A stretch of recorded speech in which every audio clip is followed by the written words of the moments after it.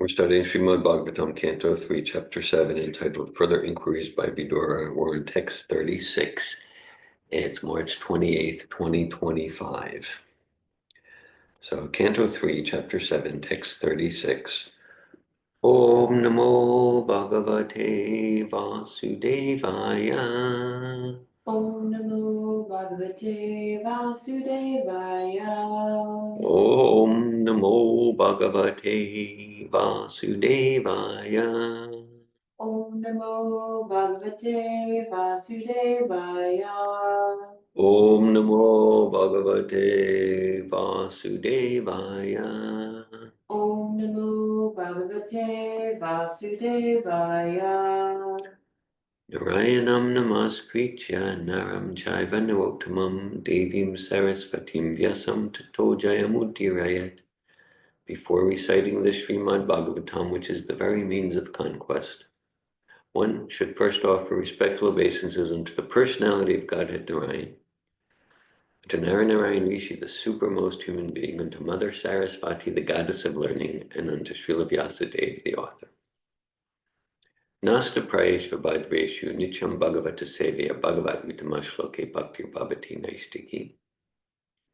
These two verses I just now quoted are from the first canto, second chapter of Bhagavatam. There are two amongst many verses in the Bhagavatam that are all about glorifying the Bhagavatam. So there are many verses in the Bhagavatam that are focused on glorifying the Bhagavatam. So, text 36, chapter 7, canto 3.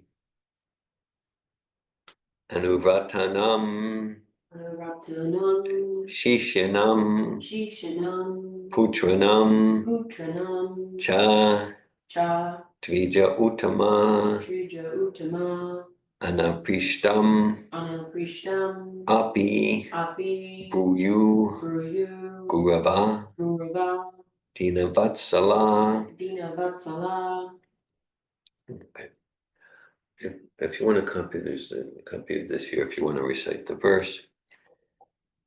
Anuvratanam Shishanam Nivatanam Shishanam Putranam Chadvijotama Anapishtam Api Bhuyur Guravo Dinavatsala Anuvratanam Shishanam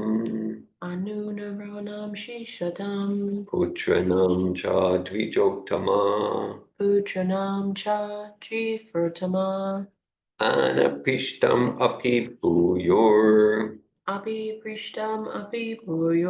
Guravo Dinavatsala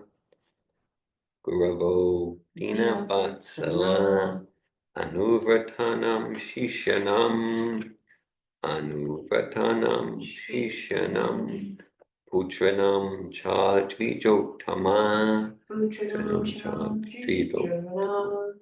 Anaprishtam Api Bhuyur Guravo Dinavatsala.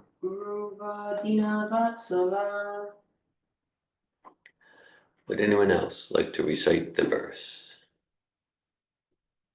Anuvratanam Shishanam Putranam Chadvijotama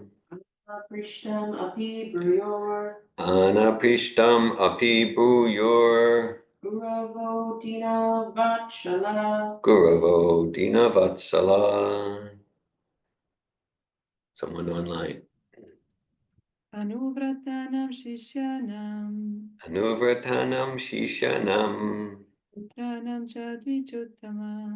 Putranam Chadvijotama Anapristam Api Bruyur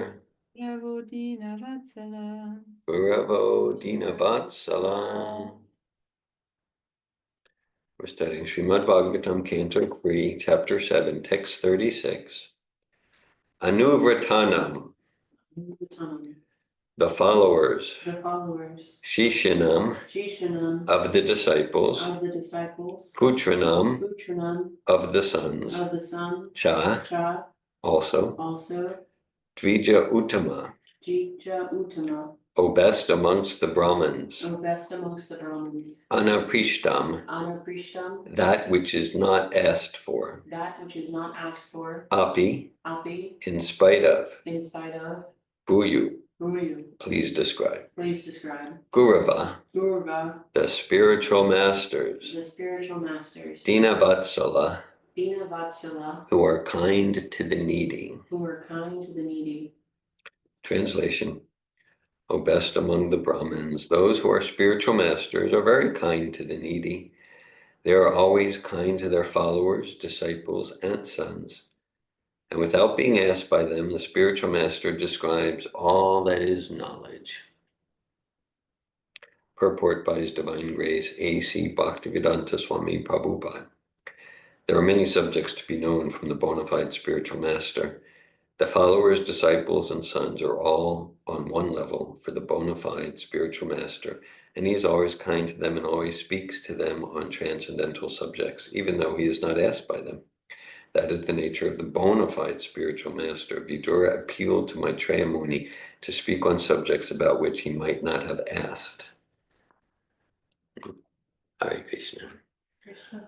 Om Ganatimirandasya Gananjana Shalakaya Chakshurandilitam Yena Tasmai Sri Gurave Namaha Sri Chaitanya Manobishtam Stapitam Yena Bhutale Svayamupakadamayam Darati Svapadantikam Vandeham Sri Guravo Sri Utapadakamalam Sri Gurun Vaishnavamscha Sri Rupam Sagrajatam Saganaragnatam Vitam Tam Sajivam Sadvaitam Savadutam Parijana Sahitan Krishna Chaitanya Devam Shri Radha Krishna Padan Sagna Lalita Shri Vishakan Vitamscha Hey Krishna Karuna Sindhu Dina Bandhu Jagatpate Gopisha Gopika Kanta Radhakanta Namostute Tapta Kanchana Gaurani Radhe Vrindavaneshwari Rishabhanusute Devi Pranamami Hari Priye Vanchikalpata Yubhyashta Kripa Sindhu Pyevacha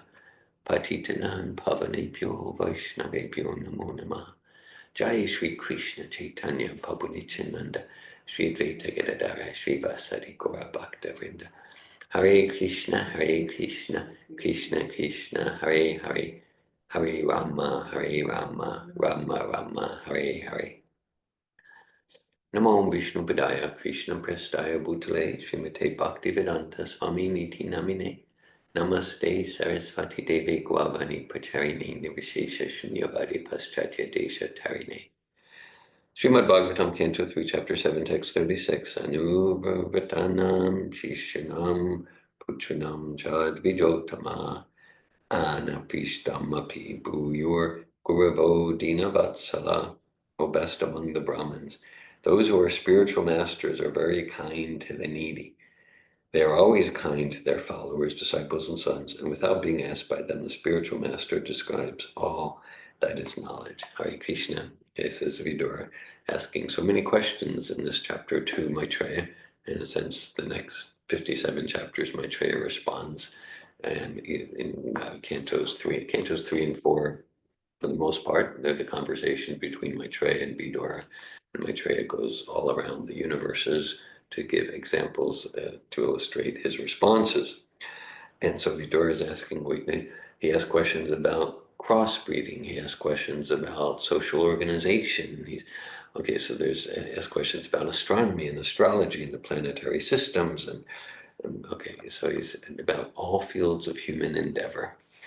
It's described by Narada Muni to Srila Vyasadeva in the first canto. Traktvasa Dharma Charanam Bhujam Harer Bhajana Pokuta Patetato Yadi Yachakvava Bhajam Amud Mushikim Kavarta Arto Bhajatam Svadharmata. And it's described that so we can advance in all fields of endeavor and knowledge, but if we're not developing attraction for the messages of the Supreme Personality of Godhead, yes, then it's what's the use? Shrama Evi Kevalam. Similarly, a Narada Muni verse from Srimad Bhagavatam that idampi pumsas tapasa sutasya sviktasya chabuditateo avichu torta kavibirni rupito yad yad utamashloka yad utamashloka gunanuvarnanam. That Narada Muni talks about so many fields of human endeavor. He's mentioned specifically psychology, economics, social work, psychology, austerities, rituals, so many things. And they find their perfection and completion, all of that knowledge, and when they're used to support self-realization and this is the essence of all, understanding the distinction between body and soul, understanding we're not matter. We are spirit soul, like the spirit soul's inhabiting the body, like the driver inhabits the car, and we're not the supreme spirit soul. So that's a vital distinction. Now, oh yeah, I'm not the body, I'm God. No, I'm a spirit soul, I'm a servant of the supreme personality of Godhead, and that's the goal of all fields of human knowledge. That's the goal that's the essence of knowledge. That's the essence of knowledge. And Vasudeve Bhagavati Bhakti Yoga Prayojita Jana Yat Yashu Vairagyam Gyanam Chayara Hetukam. We engage in Bhakti Yoga, service to Krishna. Yoga means to connect. The essence of all the yogas, including the physical yoga and the mental yoga, the essence of all the yogas is to support us to connect with with Krishna, the Supreme Personality of Godhead, in loving devotional service. We do that, then naturally we get realization as who I am is not the body and the spirit soul. Tvayam Bhitiya Bhidivesatasyat. And to the extent that we retain the delusion that I am the material body, it's guaranteed we will experience anxiety. And so Vidura is asking about spiritual masters here. Spiritual masters. I'm kind of reminded, like when we do a lot of like training coaches and training facilitators. Actually, in 6 days, we're going to start a new Safatov course, the Safatov Institute Group Facilitator Training. It's going to be a course that goes for like, almost a year. And so we've done a lot of facilitator training one-on-one. So it'll be a group facilitator training. And we've had our coaching school for more than 20 years, training hundreds of transformational coaches. Okay, so what's the connection here? I'll share about that. So, yeah, like the idea is, we might be having our hat on. I'm facilitating a workshop now, or having our coach hat on. I'm conducting a session. I'm conducting a session. Okay, but then the principles of transformational facilitation, the principles of transformational coaching, they're universals. They're universal and they're non-different from the principles of these timeless literatures, Srimad Bhagavatam and Bhagavad Gita. And so the idea is yeah, that we're always, at least, okay, I'll speak in I statements. I aspire to always be facilitating and coaching, not necessarily with the facilitator or hat on, but what I mean is always that, at least what I aspire for, is that by my presence, then we use that term a lot, must stand for transformation, that by our very presence and the words we speak, our actions, sometimes we'd hear, there's like a many testimony, sometimes like someone would come into Srila Prabhupada's association and like he wouldn't even say a word, but they would just say, they would notice that the way Srila Prabhupada would drink water, their lives were completely transformed. Well, how's that? The way he would drink water, because his very being is non-different from the principles of transformation of consciousness, of cleansing the diamond. Whether he speaks, he walks, yeah, and that's like that. Yeah, we did like the second chapter of Bhagavad Gita. Arjuna asked, well, what are the symptoms of a completely transcendental person? How does he walk? How does he act? How does he sit? What's he do? So not that we want to pretend we're on Prabhupada's level, but we can aspire towards that. Wherever we go, whatever we do, whatever we say, however we're showing up, whether we're silent or speaking, or we're in the role of student, or in the role of conducting a coaching session, or in the role of hearing a Bhagavatam class, or giving a Bhagavatam, but we're at the post office, we're at the supermarket, that just by our very presence, we're inspiring the spirit of Atato Brahma Jigyasa, inquiry. What is the purpose of my life? Who am I? These distinctively human questions. We're inspiring realization. It's described in places in Bhagavatam that for that such a pure devotee, just their smile transforms everyone. Their smile, or their frown, or the way they drink water. Okay, so that one is a spiritual master, guru. Just this term guru, like to demystify it in its simple sense, it means teacher. It means teacher. Of course now it's like I got my computer guru, and I got my like that.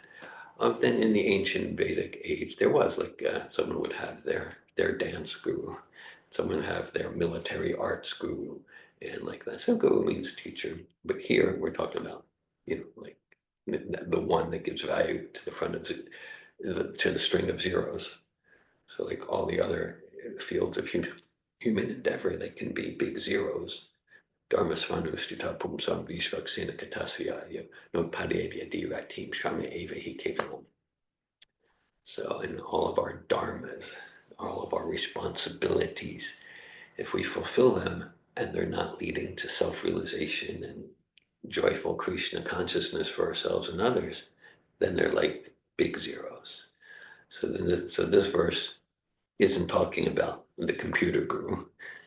This verse is talking about genuine gurus who inspire us in spiritual life. And it's using spiritual masters in the plural here. So the idea, so like we're always, and so in the line of Srila Prabhupada, in the line of Sri Chaitanya Mahaprabhu said, Yare Dekatare Kaha Krishna Upadesh Amara Agyaya Guru Anatara Edidesh.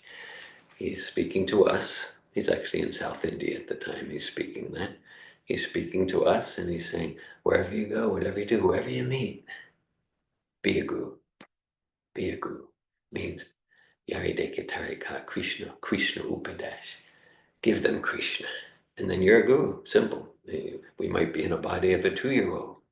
Srila Prabhupada was the first child born into Srila Prabhupada's Sankirtan movement was Sarasvati, daughter of Malati and Shyamasundar, and some like she'd be like 2 years old, and she'd go to people, chant Hare Krishna and be happy. And like she's 2 years old, how can they refuse? So they start chanting Hare Krishna. And Prabhupada would say, that is preaching. That is preaching. He was so excited about that. So wherever we go, and it might be through a philosophical discourse, it might be through saying hello, good morning, like that. That we're giving transformational consciousness. We're giving Krishna consciousness somehow or other, maybe overtly, maybe subtly. And okay, so who's qualified to be guru? In Lord Chaitanya's profound talks with Srila Ramananda Roy, described particularly in chapter 8 of the Madhya Leela of Chaitanya Charitamrita, because it was an interesting situation. So practically in every way, Ramananda Roy is inferior to Lord Chaitanya, apart from the fact that Lord Chaitanya is Radha and Krishna combined, Sri Krishna Chaitanya, Radha Krishna Nahayanya. Apart from that fact, Ramananda Roy, he was like in politics and government. He was actually a Sudra by caste. Lord Chaitanya is a Brahmin and he's a sannyasi, and like that. But when they met in South India, Lord Chaitanya took the role of student. I want to hear from you. And others who were other Brahmins around, they were like, what? He's going to the Suda's government person about all this dirty stuff. But Lord Chaitanya knew who Ramananda Roy was. And Ramananda Roy himself, he was like, well, I don't feel comfortable in this role. I mean, you're a sannyasi and I'm a this and like that. And Lord Chaitanya spoke and he said, Kipa Vipa Kimyasi Suja Kini Nae Ye Krishna Tattva Veda Se Gurahaya. He says, whatever one's social standing, Sudra, Brahmin, Brahmachari, Sannyasi, Grahasta, married life, single life, in politics, a farmer, whatever. The essential qualification to be a genuine spiritual guru is one is expert in this, in Ye Krishna Tattva Veda, the science of Krishna consciousness. And Lord Chaitanya said, and I know that you're expert in the science of it. And then there's fascinating conversations where Lord Chaitanya, he's asking the questions. In other conversations, Lord Chaitanya is responding to the questions. Here, he's asking the questions. So, yeah, there's no material impediment. We simply cultivate realizations about the science of Krishna, and that comes from hearing from Srila Prabhupada. And so in that way, we're also interesting in this verse. Vidura says, O best among the Brahmins, those who are spiritual masters are very kind to the needy. They are always kind to their followers, disciples, and sons.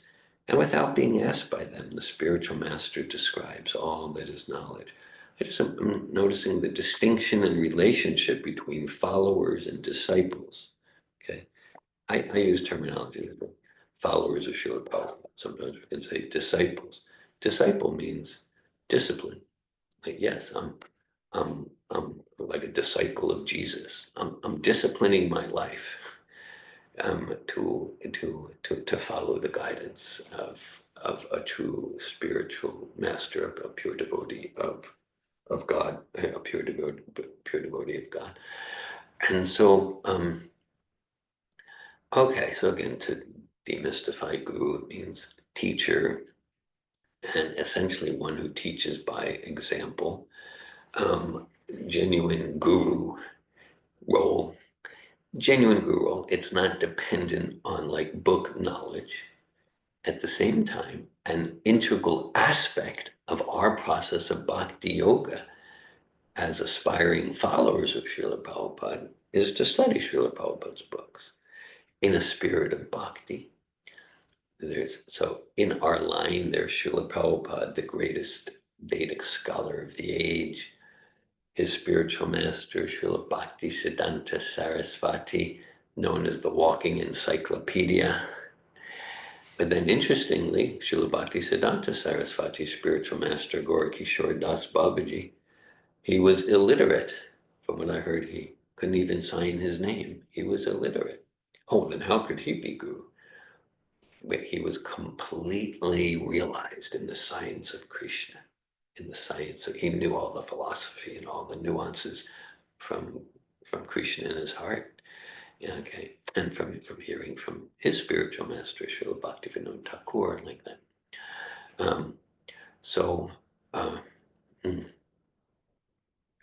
Yeah, so knowledge of the difference between body and soul in all areas of spiritual material knowledge come automatically by serving Krishna, and part of our process of bhakti is to carefully study Srila Prabhupada's books.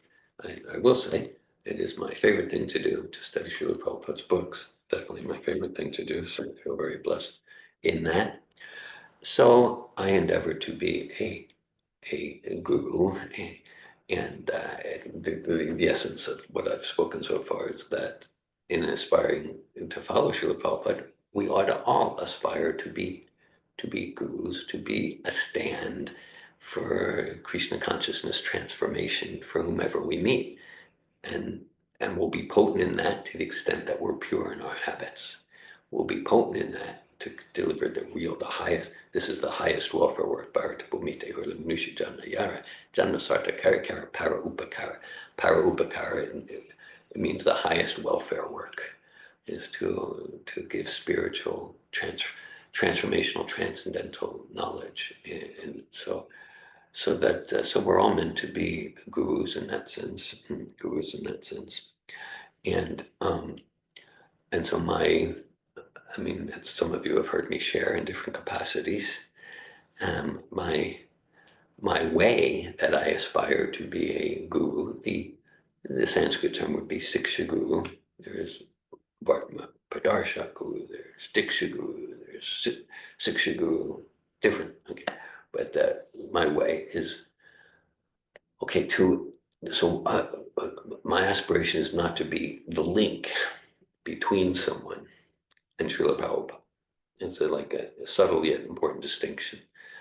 Okay, like Srila Prabhupada is my link to Srila Bhaktisiddhanta Saraswati. Srila Prabhupada is my link to Sri Chaitanya Mahaprabhu. Srila Prabhupada is my link to Krishna. This is the personal system that Krishna set up. One could think, I want a direct relationship with God, a direct relationship with Krishna. I want a direct relationship with Krishna. And so this is the principle is Achintya Beta Beta Tattva. And yeah, actually, just yesterday, I conducted a couples coaching session, and the whole session was about Achintya Beta Beta Tattva.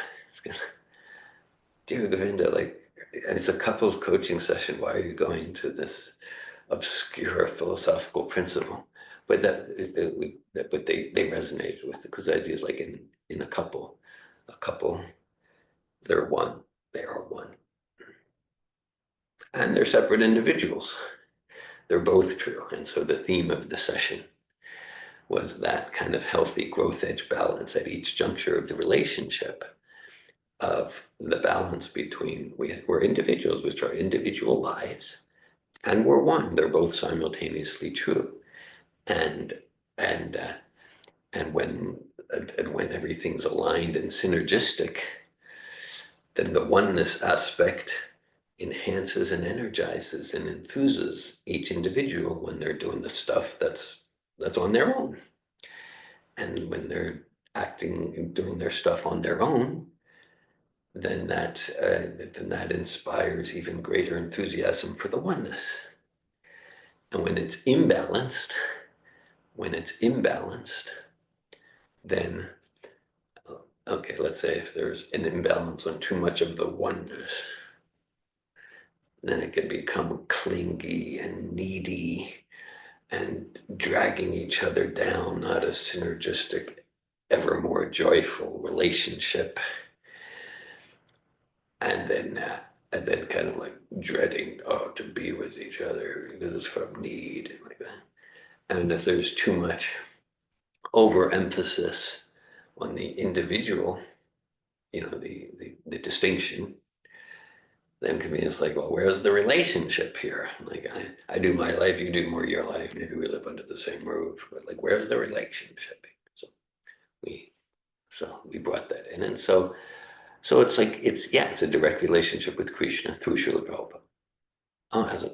So the example that we borrow from Srila Prabhupada is, I can say,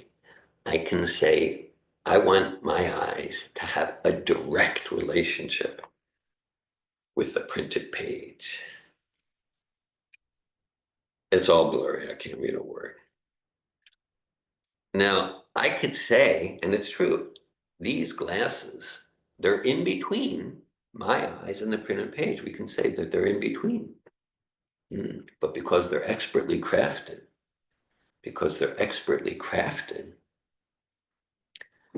because I'm seeing the page through these glasses, these expertly crafted lenses enhance my direct relationship with the page. So it's like, it's simultaneous. It's like, we could say that it's in between, it's in the way. Oh no, but it enhances the direct relationship. Similarly, so we go to God, we go to Krishna through his pure devotee Srila Prabhupada, and that enhances our direct relationship with with Krishna. So both are true simultaneously. So my attempts to be a Siksha guru, what that means is that I'm endeavoring not to be someone's link to Srila Prabhupada, but rather to support and encourage by my example, by my words, by my care, by my coaching, by my facilitation. I'm encouraging others to establish and develop your direct relationship with Srila Prabhupada. And I endeavor that, at least my aspiration, is that whoever comes to Bhagavad Gita, Bhakti Yoga, Krishna consciousness, and somehow through my efforts, through a program like this or a seminar or in whatever way, I endeavor, at least for this lifetime, to care for you, to care for them, and so that to care for them, to continue to cultivate and strengthen your direct relationship with Srila Prabhupada, such that there's this term Divyagan. We just had group before class and before Jayarada Madhava. We sang the song as we do every morning. Shri Guru Charana Padma Chakudan Diloye Janme Janme Prabhu say Divyagan Ride Pokashito. So this Divyagan, we can see like in the English word divine, or even in the name David, or like that. Divine is like transcendental to material qualities. And Gyan, we can see in this word knowledge, or the Greek gnosis. So transformational, transcendental knowledge, transformational, transcendental knowledge. We're not just talking about knowledge. How many windows did the Empire State Building have? Who won the cup final in 1952? Like that sort of thing. But we're talking about transformational, transcendental knowledge. Yes. And by definition, spiritual means not dependent on material, by definition. So this transformational, transcendental knowledge, it's not dependent on presence in the same room or even on the same planet. Spiritual means completely transcendental, not contingent on anything material. And so, Srila Prabhupada is fully, so my way to attempt to be a guru is to encourage others by my words and example to connect with Srila Prabhupada such that Srila Prabhupada is or becomes the main source of Divyagan. Divyagan Ride, it means giving transformational, transcendental knowledge into your heart that transforms the quality of consciousness from material to spiritual, from mundane and bodily absorption to focused on serving Krishna. And so that Srila Prabhupada is the main devotee doing that. We use the term, we're following Srila Prabhupada's guidelines and using the term current link to the parampara. So that Srila Prabhupada's your current link to the parampara. And right, that's my way to be a guru. And it's like, not that like, now someone could experience us as the link to Srila Prabhupada. So that would be an indication that there's more work to do, And so my, again, so my role is to support people. It's not like, because it's in this name of Prabhupada as the current link, someone can misuse that in such a way to say, so it's between you and Prabhupada, I have nothing to do with it. And that's an irresponsible, it would be an irresponsible stance. Yes. St. Augustine said, never judge a philosophy by its abuse. So this supporting people to connect with Srila Prabhupada as their direct, current, living, 100% living link to Sri Krishna's parampara. Yeah, this goes along with me standing 100% responsible to you to support, encourage, caringly challenge you to connect with Prabhupada and to continue that connection for years and decades into forever. And we can just say, so this is philosophy. And if we look at history or biography, this Srila Prabhupada established a system.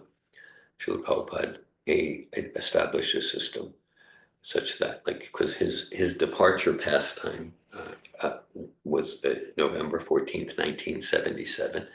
And prior to November 14th, 1977, Srila Prabhupada, I'll use this term because, okay, so Srila Prabhupada equates these terms, Divya Gyan, Diksha, and initiation.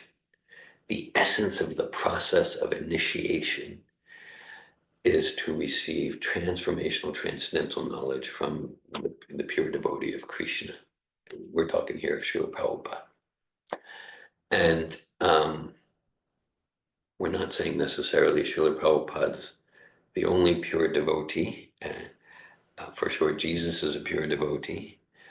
What we're saying is Srila Prabhupada is completely available to be one's current, direct, living link to the parampara. Someone could search here and there for someone else. I hope it goes well. Srila Prabhupada's completely available, 100% available, no doubt about that. And so that's the essence of the process of initiation. And then a part of the process, not an essential part, but a part of the process of initiation that's completely transcendental when done according to the guidelines of Srila Prabhupada, is the formal ceremony of initiation, where the follower of Prabhupada officially gets a Vaishnav name and officially gets initiation japa beads, and there's a fire yagya, like that. Okay. And we can consider initiation, let's say if there's milk boiling on the stove, okay? So let's say we put the milk on the stove and we turn on the heat, and then I can say the milk is boiling. And it's true, because the milk's in the process of boiling. Then at some point, I'm not exactly sure what the temperature would be for milk boiling, but at some point, then there's the bubbles, the boiling bubbles. And, okay, let me say, the milk is boiling. That's true too. And then like comes to like a full boil. We can still say, the milk is boiling. So initiation, essentially, it's not an event, it's a process. And it's a process. Srila Prabhupada, talking about his own process. Some of you know the story. He first met his spiritual master, his guru, in 1922. In 1922, in Calcutta. Prabhupada tells the story. He had a childhood friend named Narendranath Mullik. And by this time, Srila Prabhupada was like 25 years old. He's in his mid-20s. And Prabhupada, he was always a pure devotee of Lord Chaitanya and Krishna.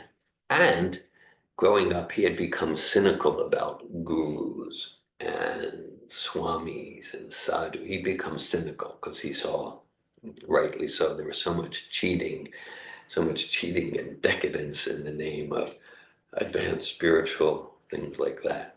His father, Gaur Mohan Dey, also was a pure devotee of Krishna.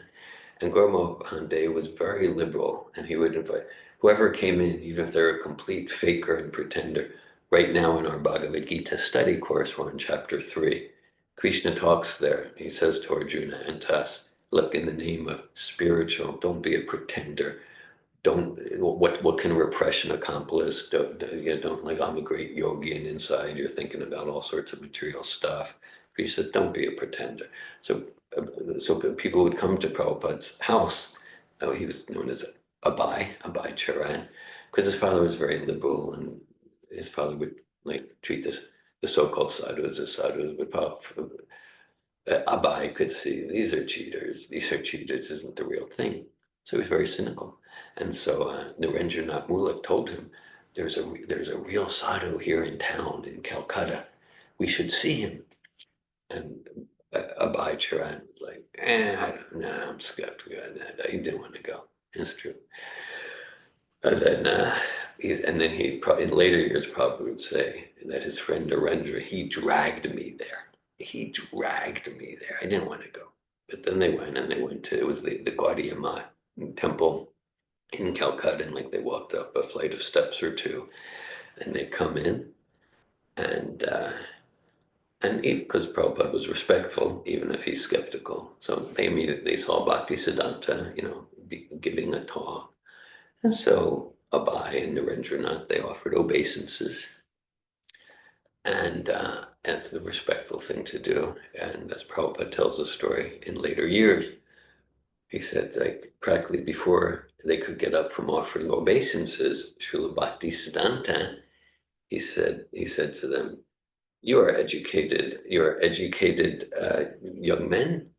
You should preach Lord Chaitanya's message all around the English-speaking world. So essentially, Bhaktisiddhanta, he gave Abai, he gave him, here's your life mission before he even said hello. Like, it wasn't like, hello, how are you? What do you do? Like, just gave him, here's your life purpose. So Abai, he became Prabhupada, Srila Prabhupada, A.C. Bhaktivedanta Swami Prabhupada. He didn't have those titles at that time, those names. So Prabhupada would say in later years, he argued with Bhaktisiddhanta. He argued with him. And he said, who's going to listen? Because Abai, he was a pure devotee of Lord Chaitanya. But he was a follower of Gandhi at that time in his pastimes. He said, who's going to listen to Lord Chaitanya's message as long as India is a subjugated country? And Bhaktisiddhanta retorted, he said, this message of Bhagavad Gita, Srimad Bhagavatam, it's transcendental, it's not dependent on any political arrangements. So in later years, Prabhupada said, I argued with Bhaktisiddhanta, and he said, and I was happily defeated. I was happily defeated. And then when they left the meeting, Abai Charan said to his friend Narendranath, he said, the mission of Lord Chaitanya is in good hands. No more skepticism. And then Prabhupada would say there in 1922, he accepted the mission of Bhaktisiddhanta as his life and soul. He said, that was my real initiation. 11 years later, in 1933, then he got the formal initiation. But he said the real initiation was accepting the mission of Srila Bhaktisiddhanta as my life and soul. Okay, so there's a central initiation and there's formal. Formal doesn't mean external superfluous. When the formal initiation is done according to the transcendental directions of the spiritual master, it's transformationally transformation. And so Srila Prabhupada, by the time he departed in November 14th, 1977, he conducted hundreds of essential and formal initiations without the initiates having any physical interface whatsoever with him, meaning they never saw him at a temple or an airport. Srila Prabhupada did not conduct the ceremony of initiation. Srila Prabhupada was not the one to choose the spiritual name. Srila Prabhupada, he was not the one to chant on the initiation japa beads. Actually, Srila Prabhupada started setting up in the 1960s a system for formal initiation where all of the formal official aspects, Srila Prabhupada conducted that through his representatives, so that he had no physical interface whatsoever with the initiates. And okay, so I've spoken for a bit there on a few topics related to knowledge and being a coach, facilitator, guru, wherever we go and whomever we meet, by the very quality of our being. And we talked about, we'll call it spiritual guru in the plural and guru in the singular. So we can say, yeah, we all, I know myself, I've had so many gurus. I mean that in the sense of anyone who's inspired me in my spiritual life. I can name so many, and including several in our gathering right now. Anyone who inspires us in our spiritual life, that's a spiritual guru. Okay, and then there's guru in the singular, guru in the singular, and guru in the singular means like that guru, that spiritual master, without whose grace my progress in Krishna consciousness is stopped. That guru in whom I endeavor to cultivate absolute trust and faith. I can say I've had so many gurus who've inspired me in spiritual life. Some might not even be practicing bhakti yoga anymore. And I'm forever indebted to them. I'm forever indebted. Okay. And I don't know what's in their heart, whatever someone's external. But then as far as like the guru in the singular, just like we sing each morning, Yasya Prashada Bhagavat Prashado Yasya Prashada Nagati Kutopi Dayam Struvams Tasya Yashastri Sandhyam Bande Guru Sri Charanarvindam. Without the grace and mercy of Guru, we don't get Krishna. By Krishna's grace, Krishna responds to any spark of sincerity. He sends us a bona fide spiritual master, like Srila Prabhupada. So that Guru, without whose mercy and grace I'm finished. I'm stopped. That's Srila Prabhupada. That's Srila Prabhupada. So Guru in the plural, Guru in the singular. That verse, interesting verse. There's that line. Dayam Strubam Tasya Shastri Santam. We should. What we're encouraged. No, we're actually guided to offer obeisances to our spiritual master at least 3 times per day. Tri Sandhyam. So I was thinking, like, if we just do a morning program, we're offering obeisances like 12 times. Oh, we got it. We've covered that. But if I look at the verse more clearly, Sandhya means the junction. Means the junction. Like there's the junction between pre-dawn and dawn. There's the junction between different times of day. Like there's afternoon into evening and evening into night.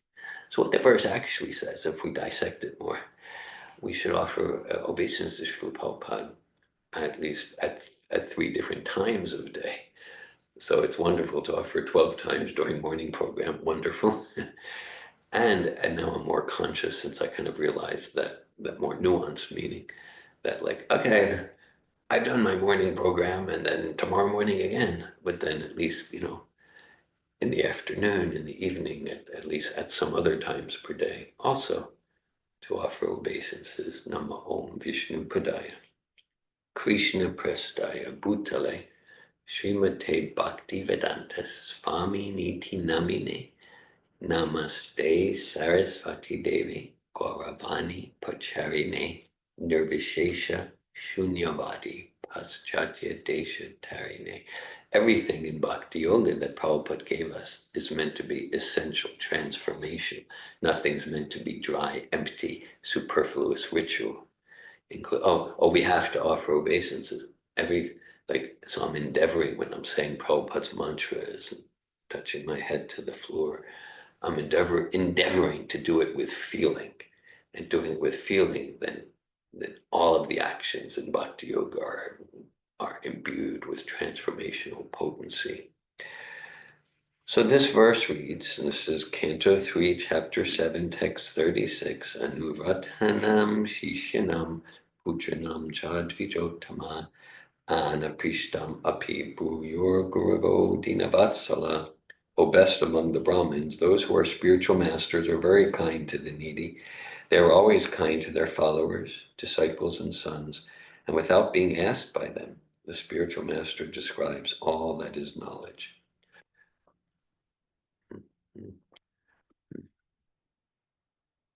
Hare Krishna. Thank you for hearing Srimad Bhagavatam. I welcome any questions or comments at this time from anyone in person or online.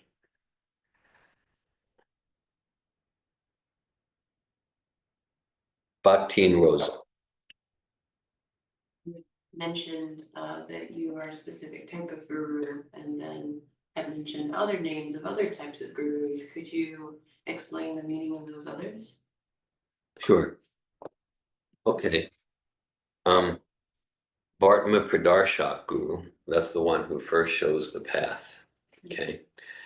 And Say that again. We'll say slowly the word. Vartma Pradarshak. I can never remember that. Yeah, it's a little, Vartma yeah, Pradarshak. yeah. Vartma Pradarshak. You got it. Vartma Pradarshak. Vartma means path, and Pradarshak, we can see the root. It means to see, one who shines light on the path. Pradarshak. Yeah, I would consider my Vartma Pradarshak Guru to be Stambadas. He's the one who fed me those 1,000 plates of prasad, and sometimes would rearrange the schedule of things where I wanted to just show up for prasad, but it'd be right in the middle of a Bhagavad Gita lecture. I'm like, what's this? Like that. So the one who first shines light on the path. Okay. Then I Jai, Jai Damayanti, thanks for sharing that. And then yes, so maybe like some regard me as a Bhartma Pradarshak, but then like again, so then my role is to support anyone and everyone to connect with Srila Prabhupada as the guru from whom you're most receiving direct transcendental knowledge, and even after that's there, I'm endeavoring to care for you and support you to strengthen that relationship, that direct relationship with Srila Prabhupada. Siksha Guru, it's kind of like in this verse, the word Shishyanam is used. Shishya's disciple, Siksha, similar word. It means like a guru who gives instruction. It means gives instruction. One who gives one who gives instruction. And so, I'm not so much into it's a this or that labels or titles or like that. But I guess the way in which I endeavor to be a guru to support people to connect with Prabhupada, the Sanskrit term that best that best describes that would be Siksha, Siksha Guru. And then Diksha, Prabhupada, Diksha means Divya Gyan, transformational, transcendental knowledge.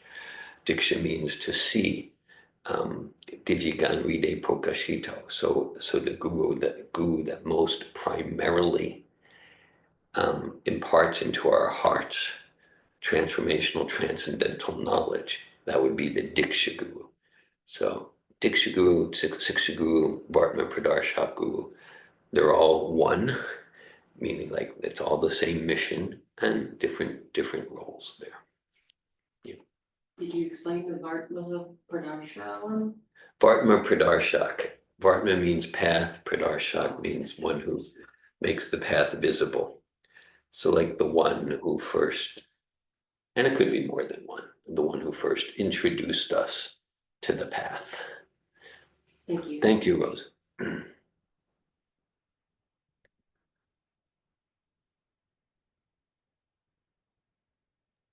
Anandini.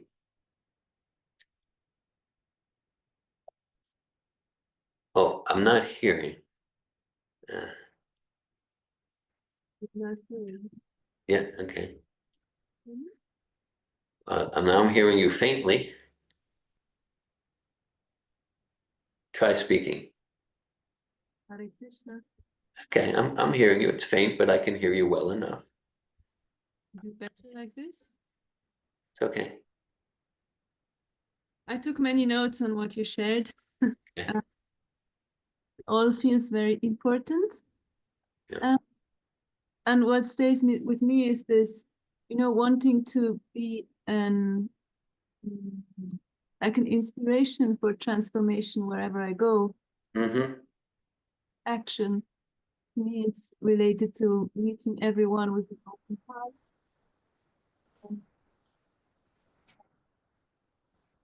I was noticing how important it is that, or well, how do I say it? well, if I'm attached to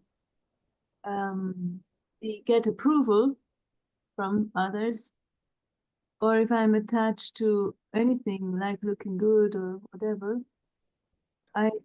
this gets in the way of being a transformation for others. Can get. Yeah. And then I'm looking at how important it is to be free from doubts. Yeah. This philosophy is really like beneficial for everyone. Mm. And I struggle with that when I see how this knowledge creates earthquakes. Like really, it created an earthquake in my consciousness, and it's good. And at the same time, it's quite an intense path to go. Yeah. Yeah. I'm reading Bhaktivinoda Thakur's prayers, Gopinath, and where he describes like how he's so aware of his entanglement. He's so aware of how he's driven by his desires and material. It's all like, and I read that and I think, yeah, I'm becoming more and more aware how I am driven by desires, how I'm just, my mind is just absorbed constantly in planning and controlling and, you know, all of that, and being entangled in relationships, and to be aware of all that. And I think, well, Bhaktivinoda Thakur, he's taking shelter. How do I know I'm taking shelter? Is it as long as there are doubts, I'm not taking shelter, or is it so like a progression of feeling confident and then again having doubts? Maybe you could speak something about this. Well, thank you, Anandini. There's a lot there in your sharing and questions. Yeah. Yeah, for myself, for sure, it's definitely been a progression. I like how you said it creates earthquakes. So like earthquakes are not generally, they're seen as like a tragedy and a catastrophe. I'm reminded, not that I know like Jesus is teaching so well, but there's that part in the New Testament, and Jesus said, I have not come to bring peace. I have come to bring conflict between daughter and mother and son and father. So of course Jesus is the Prince of Peace and all that, but he knows that like someone who genuinely follows him and devotes their life to God, some will be inspired and also follow, but others are going to others are going to feel very threatened, and they're going to try to oppress and repress it. It's going to cause conflict, and we could see that whether impure devotees like Jesus or Srila Prabhupada, not everyone applauded what they did, and those who sincere, you all know I was, when I first decided I'm going to commit to this path, I was kidnapped by my parents and this and that, so conflict. Of course, I had a happy ending. Both my parents were chanting Hare Krishna when they left their body 27 years later. But yeah, so it's generally, in what you share, I'm reminded of kind of like, let's say a balloon. The more a balloon gets puffed up, the bigger it gets, the more the more its surface is exposed to greater surface outside. So kind of the irony is like the more the soul advances, the more we realize how impure we are. I mean, yeah, when I first joined the Bhakti Yoga Temple in Israel in 1984, I was a pure devotee. The other devotees didn't seem to realize that, but I was a pure devotee. I was free from all impurity like that. And so, but now I'm not that pure anymore. Huh? Okay, so I have some glimpse of awareness of so much gunk in my heart that I wasn't even aware of before, like that. And so, okay. So then doubts. Yeah, I mean, I was plagued by doubts, like tormenting doubts, and now it's less. And but still, like, you know, like I have complete faith, and the fact if I had true, complete, unwavering trust and faith in Krishna and Srila Prabhupada, my life would look different.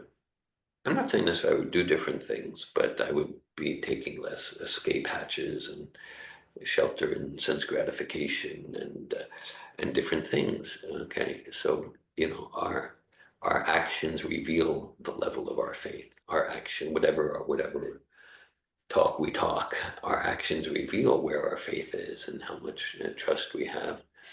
So yeah, so clearing doubt has been a process for me for well over 40 years. And my experience of myself is I have a whole lot more faith and trust in Srila Prabhupada and Srimad Bhagavatam now. At the same time, it's I'm still in my process. Hare Krishna. Thank you. Thank you. Well, yeah, well, my experience is that I can go for days and I feel like, yeah, I'm so clear what it's about. And then on days like today, it's like, I have no idea what is this all about. Thanks for sharing that. And then so I like, yeah, yeah. There's a story, a pastime. Now I haven't like seen this directly from Prabhupada, but there's different testimonials and Prabhupada memories.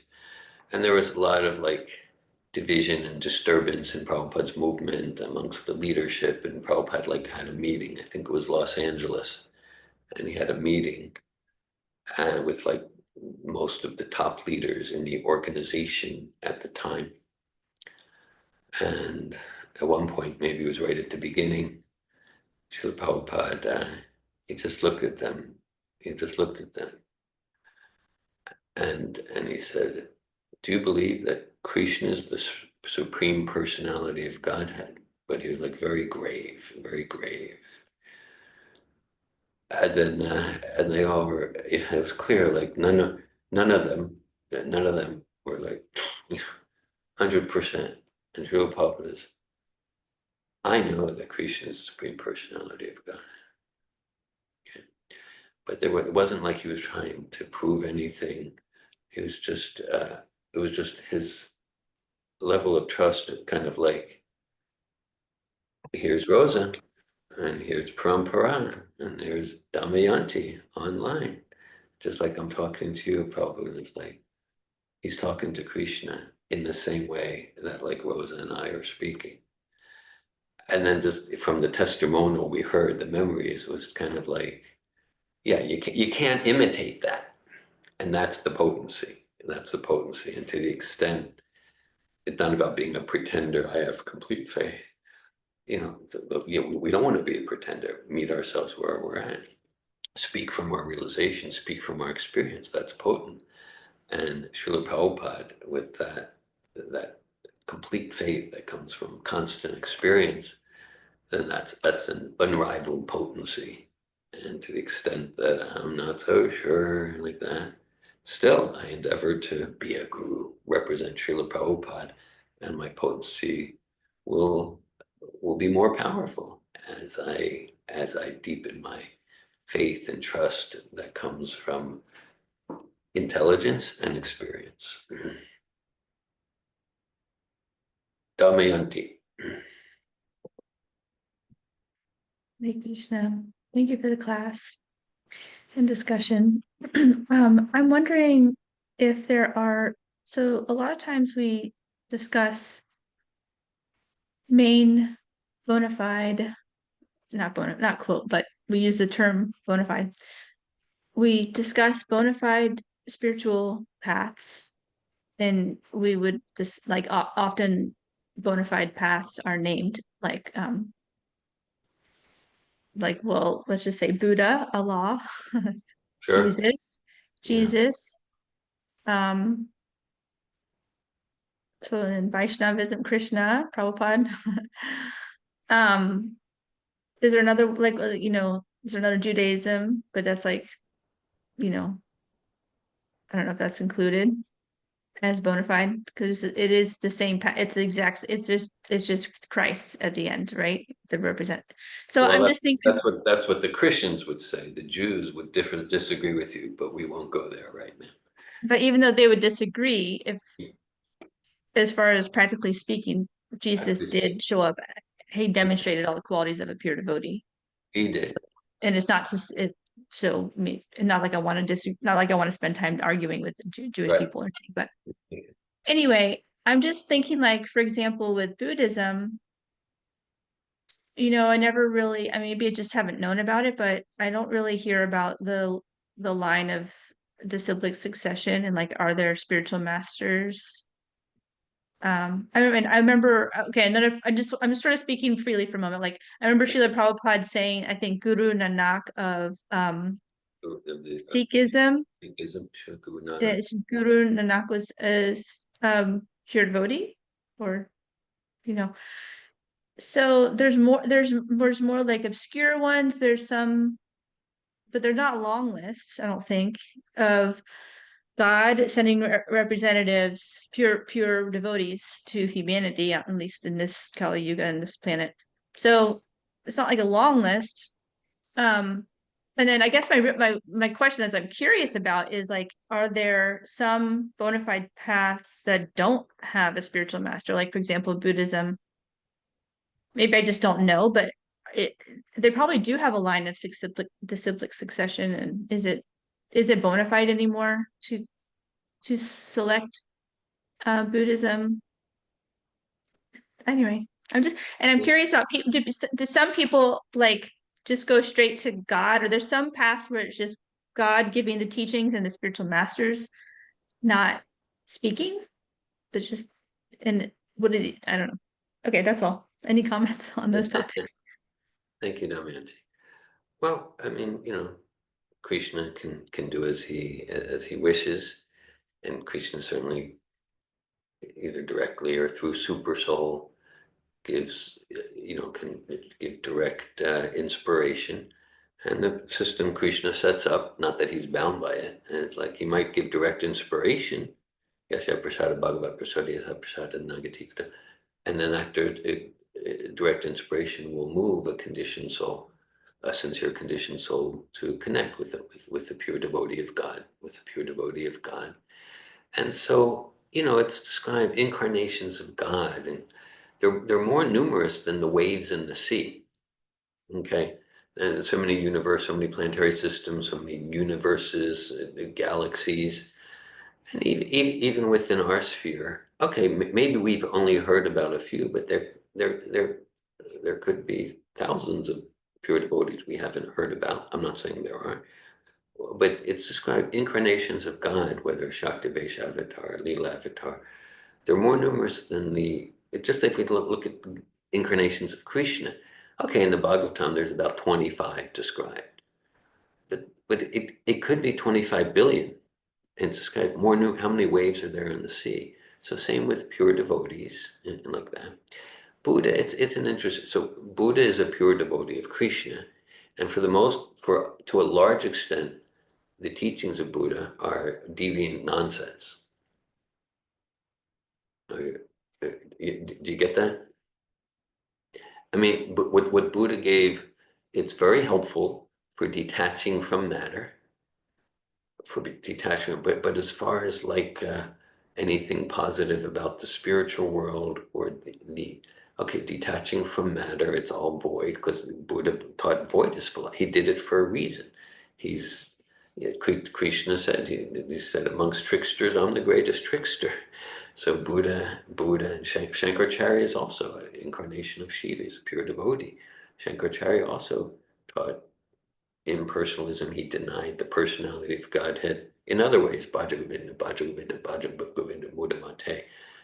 On his deathbed, Shankaracharya encouraged his disciples, just worship Govinda, give up all your word jugglery nonsense.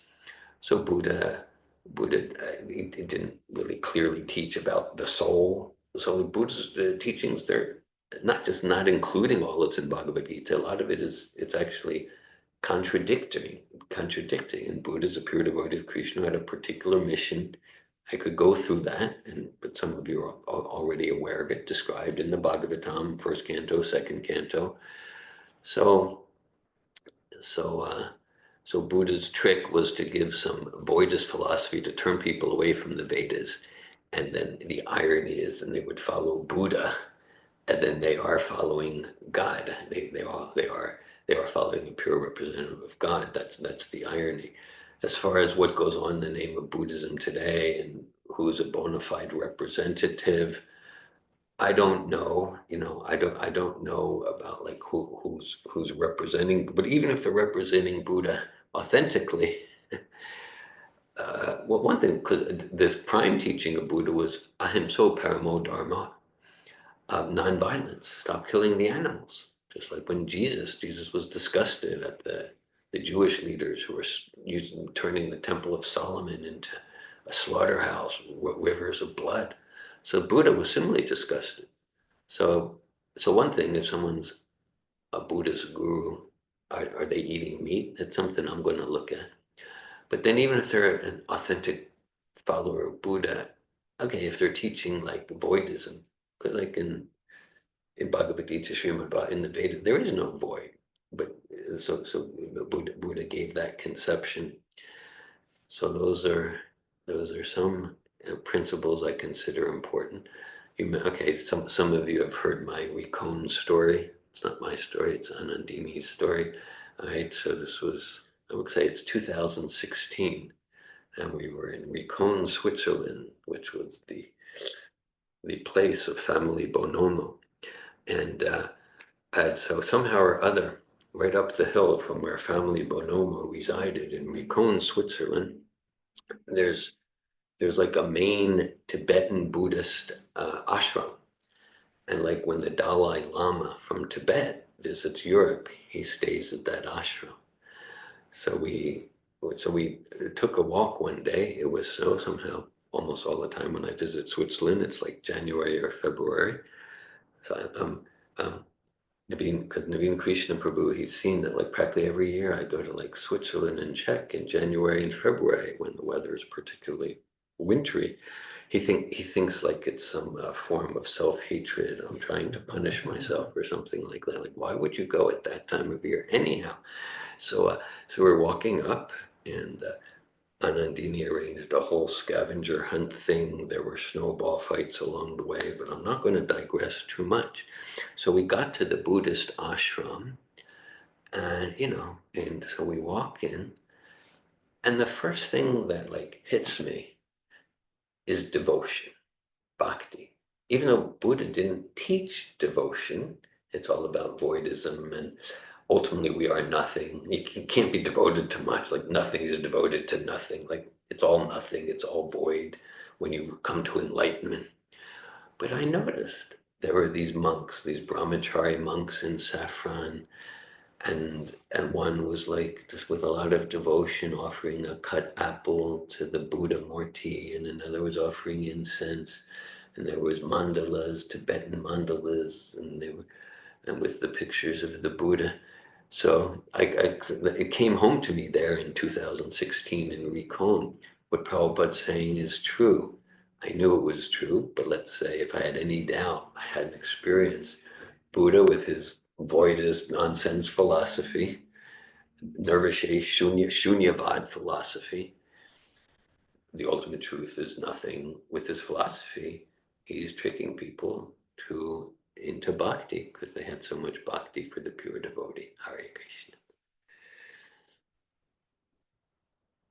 I just wanted to ask a question.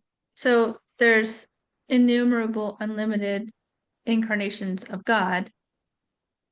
And however, the spiritual master system is there's not unlimited spiritual masters. There's like there's a line of it's much more like methodically provided with like a line of disciplics. There's a disciplic succession.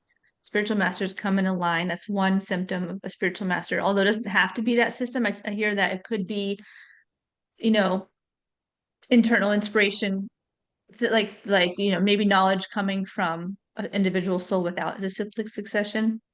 But they're not in.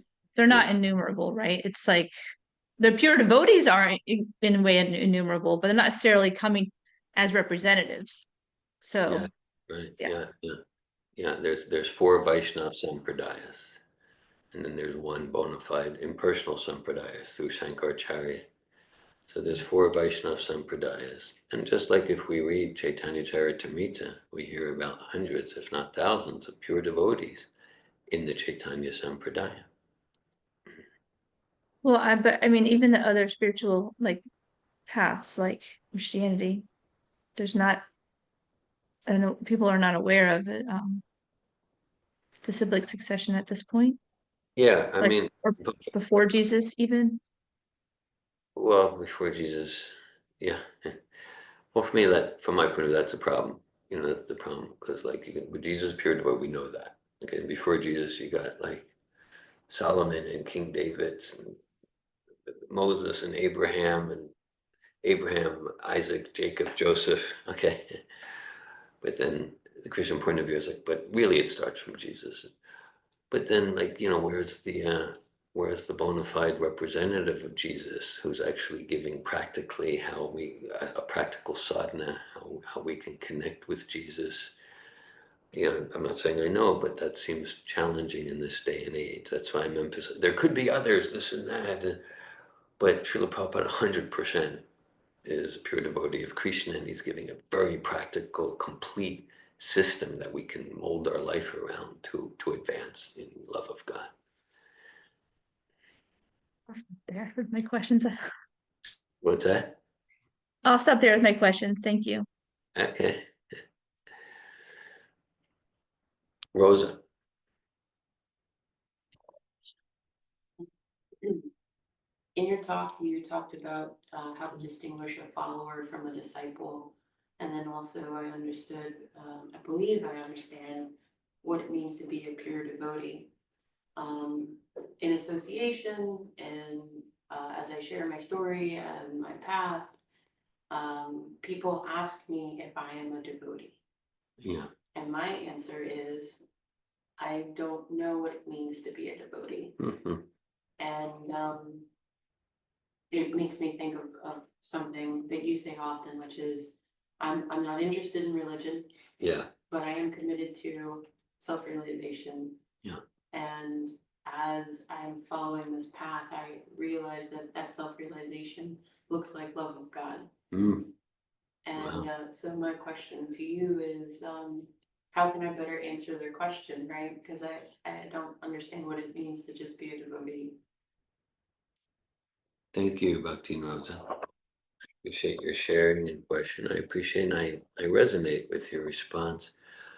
You know, just speaking personally, and maybe it's helpful, but just yeah, like I don't tend to identify. I'm a this, you're a this. Okay, it can become like a football team. I was an Eagles fan, then I became a Giants fan. Now I'm an Eagles fan again. Okay, um, yes. So I'm a this, I'm a that. It's just like it tends to be shallow. There's one comment, Srila Prabhupada said, oh, to be a devotee of Krishna, that's a thing, okay? I mean, I'm paraphrasing Prabhupada, but essentially. He said, okay, but we're aspiring to be servants, to be a devotee, like the gopis are devotees, you know. I aspire to be served. So I like to, I respond to such questions, including in my own mind, in terms of process and practice. So for me, a satisfying response is something like, you know, I might use different language depending on who I'm talking to. That, yeah, I'm practicing a process of self-realization and God consciousness called Bhakti Yoga. Or more humbly, I'm aspiring to practice a process of self-realization called Bhakti Yoga or Krishna consciousness. If I think someone will be reactive to the term Krishna, I'll use Bhakti Yoga. If you'd like to hear more about this process, I'll be glad to share, depending on who I'm talking to. Am I a devotee? I'm not a Hare Krishna like that. Yeah, I aspire to follow Srila Prabhupada and to serve him in his mission.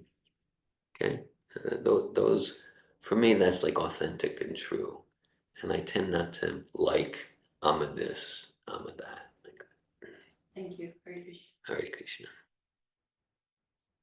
I'll just to say something about the talk of the Christianity, my understanding of Christianity, that there's like you did mention like the tracing from Abraham Yeah, to David, and then from Right. David to Jesus, that the Christians do trace lineage yeah. from Jesus back, to Abraham to God, To Noah, and yeah. to everything back to whatever, and then at least in the Catholic Church, the Pope is supposed to be the representative. Yeah, the succession there that's been corrupted. But I think in the Eastern Orthodox Church, they also have they have a succession, and then you mentioned the Dalai Lama. That's a succession. It's a succession. Right, Buddhism. So just a few. Thanks for that. Couple of comments there. But my understanding, like Judaism, is that there's not like a renounced order.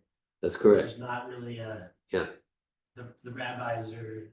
The rabbis are encouraged to get married and have 12 children, sort of thing. Yeah.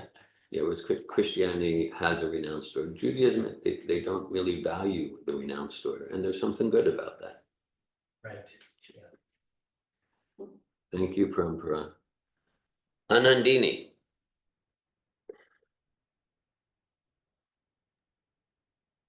Can you hear me? Yeah, your video went off, but we're hearing you.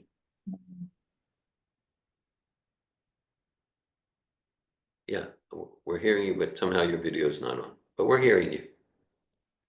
Now we're not hearing you.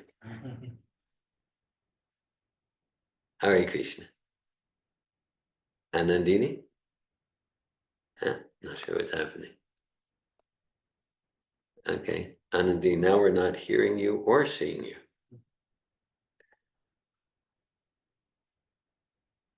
Something's happening. Something's happening. Hare Krishna. Hare Krishna. Yeah.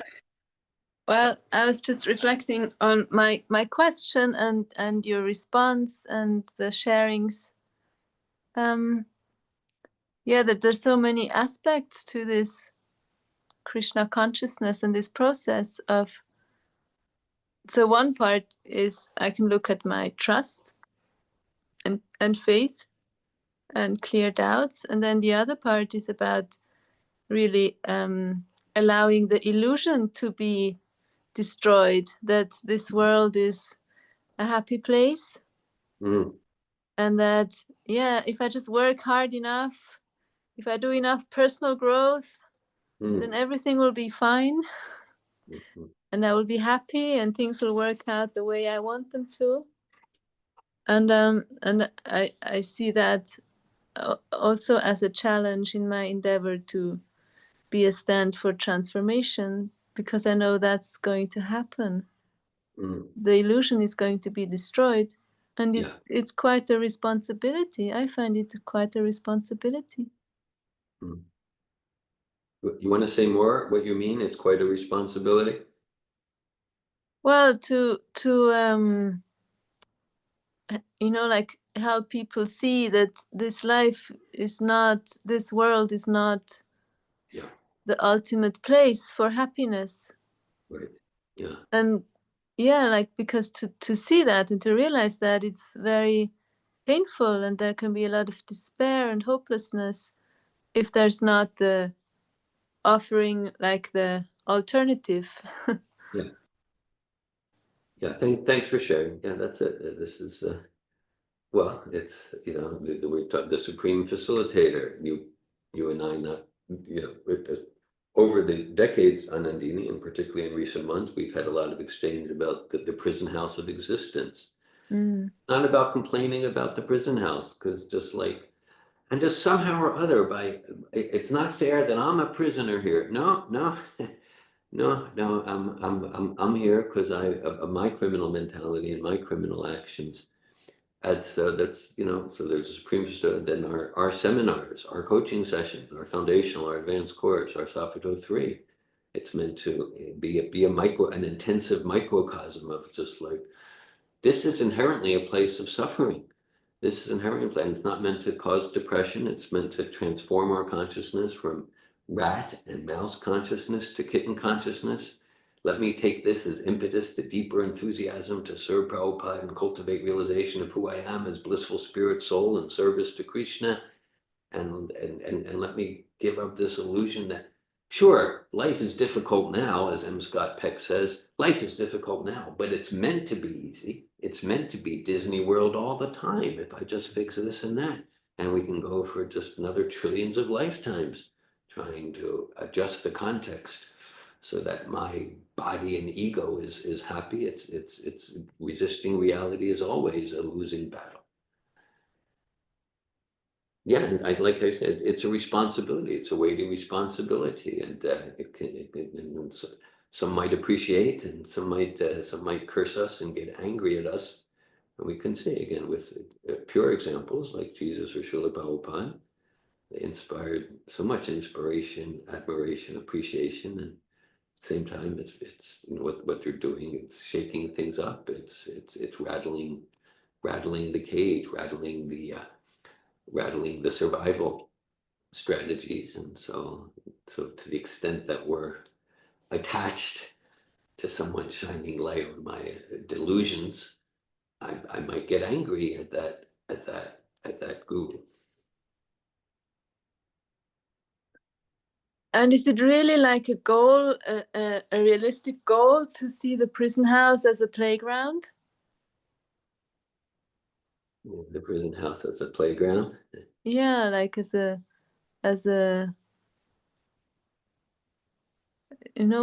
can we come to a place of true appreciation for the prison house? Yeah, that's definitely possible. Prison house is, well, the material, because Krishna has his pastimes in Goloka Vrindavan. The material energy, the material prison house, it's also a pastime of Krishna. It's also a pastime of Krishna. At the same time, yes, for me it's pastime. It's not pastime for me. I don't want to be experiencing this disease and this conflict.